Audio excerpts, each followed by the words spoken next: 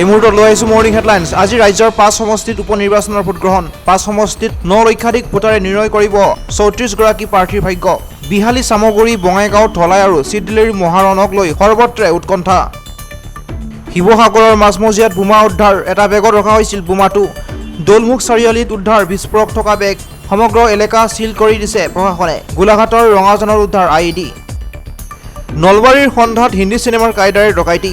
ভাড়াঘৰ বিচাৰি অহা 2 যুৱকে লুটিলে সা-সম্পত্তি। লুটি নিলে সোণৰ অলংকাৰসহ নগদ ধন। দ্বিজেন বৰ্মন নামৰ লোকজনৰ ঘৰত সংঘটিত হয় এই ঘটনা। ভাড়াঘৰ বিচাৰি অহা যুৱকে হাত ভৰি বান্ধি চলালে লুটপাট। গুৱাহাটীৰ দীঘলীপুখুৰী পাৰত শিল্পী সাহিত্যিক সমাজৰ প্ৰতিবাদ। বৃক্ষপ্ৰেমী যুৱ চিত্ৰশিল্পী মাৰ্চেল বৰুৱা আৰু অংকুমান বৰদলৈক মুক্তিৰ দাবীত প্ৰতিবাদ। প্ৰতিবাদত অংশগ্ৰহণ বিশিষ্ট কবি নীলিম কুমাৰ, পৰিচালক তথা অভিনেতা হিমাংশু প্ৰসাদ দাসৰ লগতে ছাত্ৰ সমাজৰ। ৰাস মহোৎসৱৰ প্ৰাক মুহূৰ্তত মাজুলীবাসীৰ বাবে ভাল খবৰ। আজিৰে পৰা দক্ষিণপাট ঘাটেদি নিমাতী ঘাটলৈ চলিব ফেৰী। ৰাসোৎসৱৰ বাবে অতিৰিক্ত আৰু এটা পাৰ ঘাটৰ ব্যৱস্থা জিলা প্ৰশাসনৰ।